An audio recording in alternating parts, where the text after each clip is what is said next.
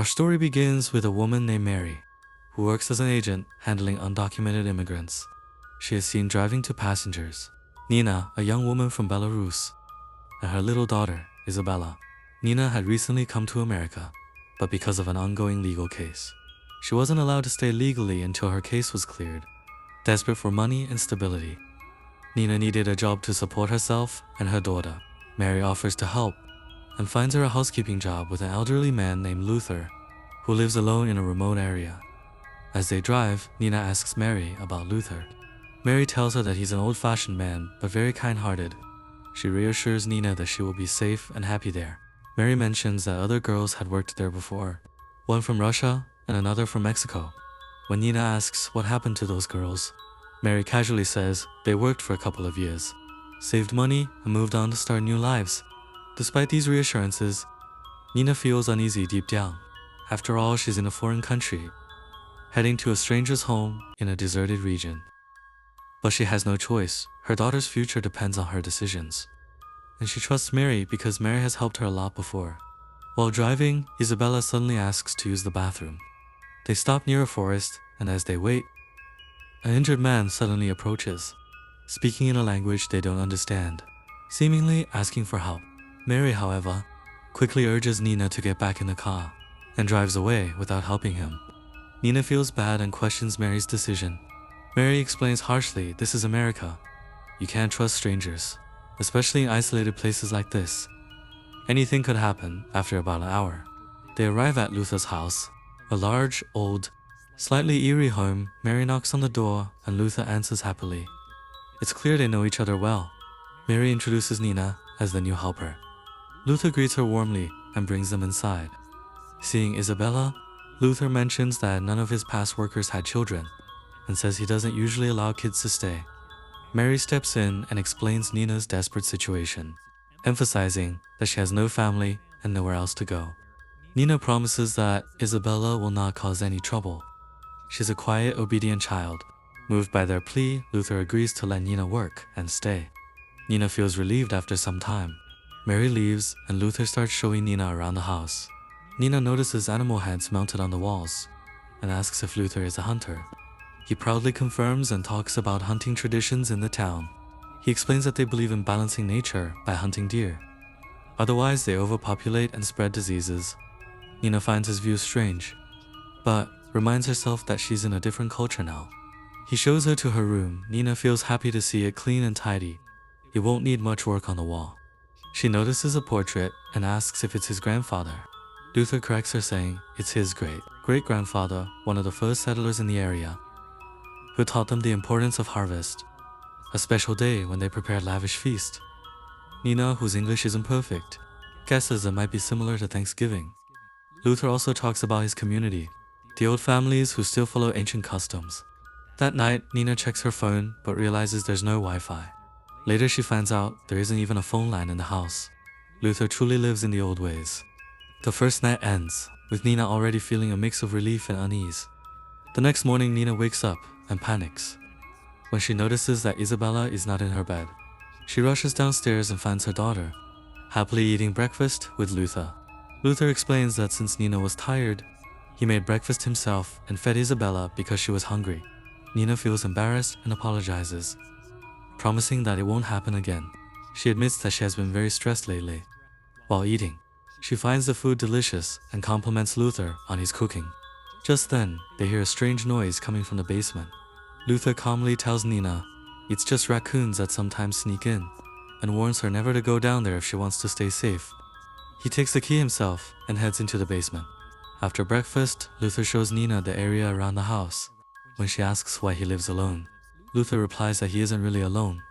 His community is always with him, and now Nina and her daughter are part of it too. Still, he doesn't share much about his personal life, staying mysterious. He then takes her to a barn nearby, explaining that he uses it to process and store meat. He strictly tells her never to enter the barn. It's his private workspace. While outside, Isabella finds a small object on the ground. Luther says it doesn't belong to him, and that they'll figure out who it belongs to soon. Nina also firmly warns Isabella never to go inside the barn. As evening comes, Luther is shown in the basement cutting a piece of meat, which he then gives Nina to cook. Nina isn't feeling well and keeps coughing, so Luther offers her a special herbal tea made from his family's secret recipe. He promises it will help her recover. Nina enjoys the tea at first, but soon after drinking it, she starts to feel dizzy and weak. So she goes to bed early. This should have been a clear warning for her, to avoid the tea in the future. The next day, Nina feels much better after finishing her chores. She plays hide and seek with Isabella to help her feel happy and safe. That evening, Luther offers her the special herbal tea again. Once more, Nina feels dizzy after drinking it and quickly falls asleep. She starts suspecting something is wrong, but doubts herself because of Luther's kind behavior. The following day, while chopping wood, Luther tells Nina he needs to go to town. Soon after he leaves, Nina sees a man approaching with an iron rod. Frightened, she rushes inside with Isabella, thinking he might be dangerous or need help. When Luther returns, Nina tells him he acts surprised, but warns her that people in the woods are dangerous, and insists she should kill any stranger to protect herself, and Isabella to teach her. Luther takes Nina into the woods and forces her to shoot a young deer. She refuses, and when the deer runs away, Luther gets furious, yelling that in this world, you must learn to kill or be killed. Back home, Luther surprises Isabella with a handmade dollhouse, making both mother and daughter happy. Just then, the same stranger appears again.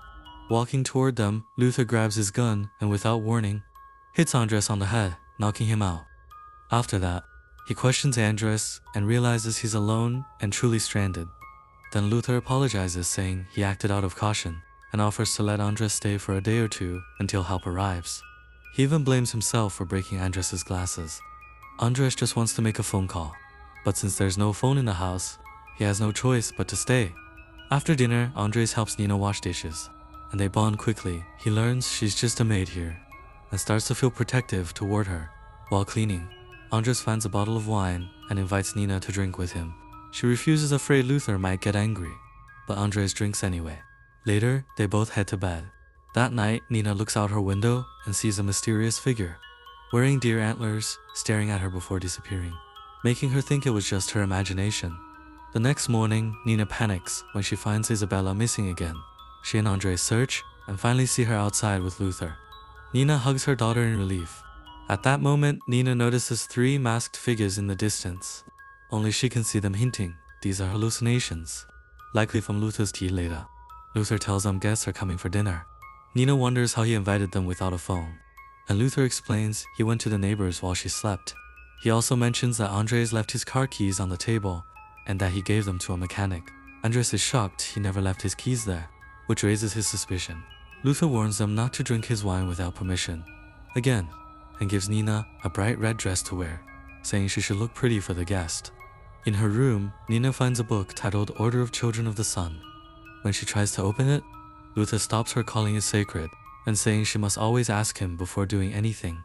That evening, the guests arrive and treat Nina kindly at first, but then ask strange, intrusive questions about her country. Meanwhile, Andres feels uncomfortable because they keep asking only about Pablo Escobar, as if that's all they know about Colombia. Upstairs later, Andres tells Nina something is very wrong and urges her to leave with him for Jamestown. He offers help and money, but Nina refuses, saying she can't just abandon her job and run away. After dinner, Luther tells Andres that his car is finally fixed and invites him to the barn. But as soon as Andres enters, he sees horrifying things inside, remains and signs of past victims. Before he can react, Luther attacks him and knocks him unconscious. The film doesn't show exactly what Luther does to Andres, but a long time passes and Andres never returns. Nina grows worried when Andres doesn't come back, so she steps outside to look for him. Instead, she spots a masked figure watching her. Just then, Luther appears and calmly tells her that Andres has already left. Nina is shocked he would leave without saying goodbye, but Luther claims Andres was in a hurry. Luther gives Nina the herbal tea again, and this time she fully loses consciousness. We see her lying down, while masked cult members perform a strange ritual around her. When she wakes up, she's back in her room. The next day while cleaning, Nina notices bloodstains on the floor, which makes her even more suspicious. Seizing a chance while Luther is in the basement, Nina sneaks into his private room. She finds a chest filled with old, showing Luther's ancestors participating in brutal rituals and battles. She also spots the sacred book she had seen before she could investigate further. She hears a noise and realizes Luther is coming upstairs. Nina quickly escapes the room. Downstairs, she sees Luther emerging from the basement, his clothes stained with blood and eerie sounds coming from below. He warns her clearly she must never enter the basement. Nina stays silent but grows more worried about Andres. She starts believing he might be hidden in the basement. That night she decides to go down there. But Luther is sitting guard and he angrily stops her when she tries. The next day, Luther leaves the house for some work. Seeing her chance, Nina hides Isabella upstairs and then breaks open the basement door with an axe. To her horror, she finds Andres tied. His eyes gouged out. He is in unbearable pain. Begging for help, Nina unties him and grabs Isabella, trying to escape through the forest. But before they can get far, Luther catches them and knocks Nina unconscious. When she wakes up, Nina finds herself locked in a room for several days. Luther feeds her and keeps giving her the same drugged tea, making her hallucinate and weak. She begs him to let her go back to her home country. Crying desperately at this point, Luther's twisted ideology is fully revealed. He believes that outsiders, like Nina, will eventually overrun their land. If not hunted, he considers it a blessing to kill and eat them, calling it a tradition passed down from his ancestors. One night, dressed in ceremonial clothes with horns on his head, Luther takes Nina to the bathroom, forces her to undress, and washes her like an animal before slaughter. Nina tries to fight back, but he nearly drowns her. He tells her that they never eat children. Instead, he plans to raise Isabella and mold her into one of them. Hearing this, Nina is heartbroken and terrified. But powerless Luther threatens her constantly, saying he will kill Isabella if Nina disobeys. Finally, the night of the cult's special feast called Harvest arrives. Luther's followers gather, and shockingly, Mary is among them, revealing that she too is part of this cannibal cult. Her real job was to lure helpless immigrants with no family into their trap, just like Nina. When Nina regains consciousness this time, she finds herself tied to a chair at a dining. Surrounded by cult members, Luther stands and begins reading from their sacred book, Order of the Children of the Sun. He declares that they see this land as heaven, and that any outsider who enters is meant to become their food. They don't believe in any god, only in the wisdom passed down from their ancestors. He declares that they see this land as heaven. Nina is horrified to see Andres' severed head. Overwhelmed with terror, she vomits all over the guests, ruining their ceremony. Furious, the guests blame Luther for ruining their special night. After the failed feast, Luther drags Nina back to the basement and ties her to a chair again. Luckily, her daughter is also brought down later. The guests blame Luther for ruining their special night. After the failed feast, with Isabella's help, she grabs a knife and also finds a gun. Meanwhile, outside, hours later, after the guests leave, Nina manages to free herself. So they plan to raise her and turn her into one of them instead. Just then, one of the guests returns to retrieve something. Mary and Luther discuss how they can't eat Isabella. The gunshot alerts Mary and Luther, so they plan to raise her and turn her into one of them instead. But it's locked. Mary rushes toward her to attack, but Nina stabs her just in time. Killing her, Nina then runs into the barn, hoping to find car keys, but it's locked. Mary rushes toward her to attack, which terrifies her even more. Killing her, Nina then runs into the barn, hoping to find car keys, and locks her inside a box, which terrifies her even more. Nina somehow breaks free, rushes back to the house, and confronts Luther. In the struggle, she stabs him with one of his own horned masks, and locks her inside a box. Nina keeps stabbing him until he finally dies. Nina somehow breaks free, rushes back to the house, and confronts Luther. In the struggle, she stabs him with one of his own horned masks, injuring his leg even though he tries to kill her.